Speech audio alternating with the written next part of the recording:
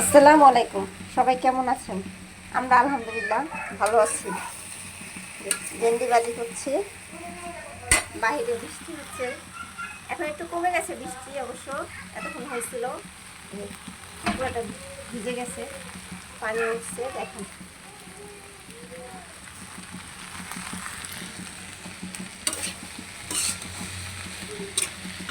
ভাজি করছি, ভেন্ডি ভাজি। বাসায় কাঁচামরিচ নাই, তাই শুকনা মরিচ দেওয়া হয়েছে। কাঁচামরিচ থাকলে কাঁচামরিচ দিয়ে এই কাঁচামরিচটা দিছি, কিন্তু অল্প শুকনা মরিচও দেওয়া হয়েছে।